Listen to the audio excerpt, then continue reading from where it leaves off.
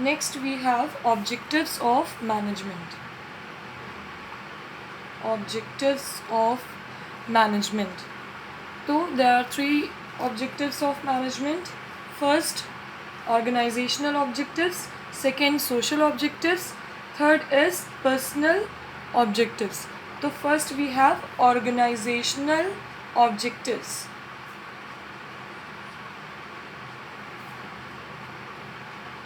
जैसे कि आपको पता है कि हर कंपनीज और हर ऑर्गेनाइजेशन के कुछ सर्टेन ऑब्जेक्टिव्स होते हैं. तो यहाँ फर्स्ट हमारे पास है organisational objectives. Organisational objectives is that which is needed to achieve the economic goals of the organization. Economic goals का यहाँ क्या मतलब है कि कंपनीज या ऑर्गेनाइजेशन से जुड़े इकोनॉमिक गोल्स जो होते हैं. इकोनॉमिक गोल्स मतलब प्रॉफिट उनका कितना होगा, उनकी आगे सर्वाइवल हो पाएगी कि नहीं हो पाएगी, या वो अपने बिज़नेस को आगे एक्सपैंड कर पाएंगे, वो आगे इन फ्यूचर कंटिन्यू उनका बिज़नेस कर पाएगा या नहीं. तो ये होते हैं इकोनॉमिक गोल्स. इकोनॉमिक गोल्स हमारे किस में आएंगे? ऑर्गेनाइजेशनल ऑब्जेक्टिव्स में. तो इकोनॉमिक गोल्स को ही अचीव करना ये हमारा ऑर्गेनाइजेशनल ऑब्जेक्टिव्स होता है. ऑर्गेनाइजेशनल ऑब्जेक्टिव्स में फर्स्ट वी हैव सर्वाइवल. आपको अगर याद होगा तो क्लास 11th में भी आप पढ़ चुके हैं कि बिजनेस में 3 ऑब्जेक्टिव्स था, ऑर्गेनाइजेशनल, सोशल एंड पर्सनल. उसमें भी यही सारे टॉपिक्स थे, सर्वाइवल, प्रॉफिट एंड ग्रोथ. तो सर्वाइवल में क्या आता है कि जैसे कि नाम से आपको पता चल रहा है सर्वाइव, कि इन फ्यूचर हमारा जो ऑर्गेनाइजेशन है या हमारा जो बिज़नेस है या हमारी जो कंपनी है वो फ्यूचर में आगे सर्वाइव कर पाएगी कि नहीं. हम अभी तो प्रॉफिट अर्न कर रहे हैं, लेकिन फ्यूचर में क्या हमारी कंपनी एग्जिस्ट करेगी कि नहीं, हम उसे सर्वाइव आगे कर पाएंगे या नहीं. तो यही होता है हमारा सर्वाइवल. सर्वाइवल के लिए बहुत ज़रूरी है कि हमारे पास एक्स्ट्रा रेवेन्यूज़ हो, मतलब प्रॉफिट ज़्यादा हो और प्रोडक्शन की कॉस्ट जो आ रही है वो कम हो.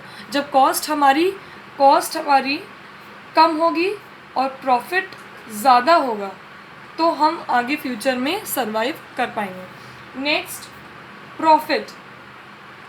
हर बिज़नेस के लिए प्रॉफिट अर्न करना मस्ट है. अगर कोई बिज़नेस प्रॉफिट अर्न नहीं कर पा रहा है रेगुलरली, कंटिन्यूसली उसको लॉस हो रहा है, तो वो 6 यूनिट्स में कन्वर्ट हो जाती हैं. तो प्रॉफिट अर्न करना तो सबसे मेन ऑब्जेक्टिव होता है बिज़नेस में. प्रॉफिट ऑब्जेक्टिव इसलिए है कि आगे अगर हमें सर्वाइव करना है, देखिए एक दूसरे से सब इंटरलिंक्ड है. अगर हमें कंपनी को फ्यूचर में सर्वाइव करना है तो उसको प्रॉफिट अर्न करना ज़रूरी है. ज़्यादा से ज़्यादा वो प्रॉफिट अर्न करेंगे तभी वो फ्यूचर में एग्जिस्ट कर पाएंगे. और वो प्रॉफिट इसलिए भी अर्न करना ज़रूरी है कि इन फ्यूचर अगर हमें हैवी रिस्क होता है तो हम इसी प्रॉफिट से उस लॉस को बियर कर पाएँ. Next, growth. यहाँ हो गया सर्वाइव, प्रॉफिट, अब है ग्रोथ. ग्रोथ मीन्स कि ऑर्गेनाइजेशन जो अभी हम चला रहे हैं या जो कंपनी या जो बिज़नेस अभी हमारा चल रहा है वो हम कैसे फ्यूचर में उसे और एक्सपैंड करेंगे. मतलब जो अभी एग्जिस्टिंग हमारी कंपनी है उसको हम और कितना एक्सपैंड कर पाएंगे. जितना हम एक्सपैंड करेंगे उतना ही हमारा प्रॉफिट होगा. तो एक्सपैंड करने के लिए चाहिए हमको कि हम उस पर कितना इन्वेस्ट कर रहे हैं. और फिर वही बात आती है, इन्वेस्टमेंट हम ज़्यादा से ज़्यादा कब कर पाएंगे? जब हमें ज़्यादा से ज़्यादा प्रॉफिट होगा. तो ग्रोथ बहुत इम्पॉर्टेंट होता है किसी भी बिज़नेस के लिए. अगर किसी भी बिज़नेस को रेगुलर प्रॉफिट होता है तो वो चाहते हैं कि हमारी एक अगर ब्रांच खुली है तो दूसरी कंट्री या दूसरे प्लेस पे दूसरी ब्रांच खुले. तो यही है हमारा एक्सपेंशन. ग्रोथ कहता है एक्सपेंशन. ग्रोथ कैसे होगी? जब सेल्स किसी भी कंपनीज या किसी भी बिज़नेस की सेल्स ज़्यादा होगी. सेल्स ज़्यादा होने का मतलब है प्रोडक्शन ज़्यादा होना. प्रोडक्शन ज़्यादा करने के लिए उनको कई नंबर ऑफ़ एम्प्लॉयज़ चाहिए. तो नंबर ऑफ़ एम्प्लॉयज़ बढ़ेगा मतलब सेल्स बढ़ेगी. तो सेल्स बढ़ाने के लिए उनको नंबर ऑफ़ एम्प्लॉयज़ चाहिए जो उसको प्रोड्यूस करेंगे, प्रोडक्शन में जो हेल्प करेंगे. नंबर ऑफ़ एम्प्लॉयज़ बढ़ेंगे. नंबर ऑफ़ एम्प्लॉयज़ के बाद जो सेल्स होगा उसमें प्रोडक्ट के नंबर्स जो होंगे, नंबर ऑफ़ प्रोडक्ट्स वो इंक्रीज़ होंगे. और सबसे मेन इम्पॉर्टेंट बात होती है इन्वेस्टमेंट पे। किसी भी एक्सपेंशन डिपेंड करता है हम कितना से ज़्यादा अपने बिजनेस पे उस पर इन्वेस्ट कर रहे हैं। जितना इन्वेस्ट करेंगे उतने ही हमारे एक्सपेंशन होंगे। Next is social objectives. जैसे कि नाम से आपको पता चल रहा है, social objectives it means it is related with the society. आप बिजनेस में भी पढ़ चुके हैं, उसमें भी सोशल ऑब्जेक्टिव्स था। Social objectives means some desire which is achieve for the benefits of the society. मतलब सोशल ऑब्जेक्टिव्स हम सोसाइटी की बेनिफिशियल के लिए, उनके बेनिफिट्स के लिए जिन गोल्स को, ऑब्जेक्टिव्स को रखते हैं वो होंगे हमारे सोशल ऑब्जेक्टिव्स। मतलब ये ऑब्जेक्टिव्स हमारे सोसाइटी से रिलेटेड होंगे। कुछ हम सोसाइटी की उनके फ़ायदे के लिए अगर करें तो ये हमारे सोशल ऑब्जेक्टिव्स होंगे। इसमें सबसे फर्स्ट आता है कि जो भी हम प्रोडक्शन के मेथड्स यूज़ कर रहे हैं वो इको फ्रेंडली होना चाहिए, मतलब इन्वायरमेंट हमारा उससे हार्म ना हो। नेक्स्ट है कि हमारे बिजनेस की वजह से वीकर सेक्शंस में ज़्यादा से ज़्यादा हम एम्प्लॉयमेंट अपॉर्चुनिटीज़ उनको जनरेट करें, उनको प्रोवाइड करें। जो बेसिक फैसिलिटीज़ या बेसिक एमिनिटीज़ हैं लाइक स्कूलिंग, फूडिंग या सैनिटेशन, हमारे बिजनेस से उनको वीकर सेक्शंस को प्रोवाइड हो।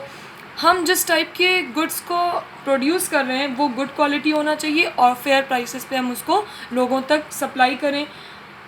और सबसे बड़ी बात कि अनफेयर ट्रेड मीन्स नहीं होने चाहिए हमारे बिज़नेस में। हमारा बिज़नेस लॉफुल मैनर में होना चाहिए। तो जब ये सारे ऑब्जेक्टिव्स को हम फुलफ़िल करेंगे तो वो सोशल ऑब्जेक्टिव्स कहलाएगा। सोशल ऑब्जेक्टिव सोसाइटी से रिलेटेड जितनी भी चीज़ें होंगी जिससे हमारे कस्टमर, हमारे जो नीडी पीपल हैं वो उनकी नीड्स को फुलफ़िल होंगे। जैसे कि आप जानते हैं कि बिज़नेस तभी आगे लॉन्ग रन में एग्जिस्ट कर पाएगा जब हमारी सोसाइटी उससे हार्म ना हो और उनको बेनिफिट्स मिले। Next we have personal objectives. Personal और we can say individual objectives.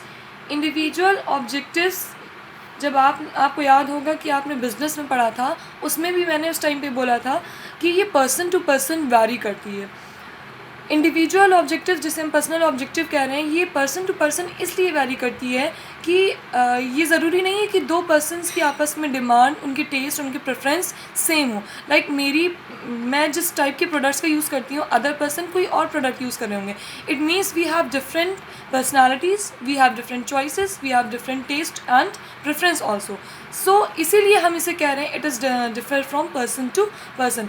इसमें हम किस टाइप के ऑब्जेक्टिव्स को फुलफ़िल करेंगे?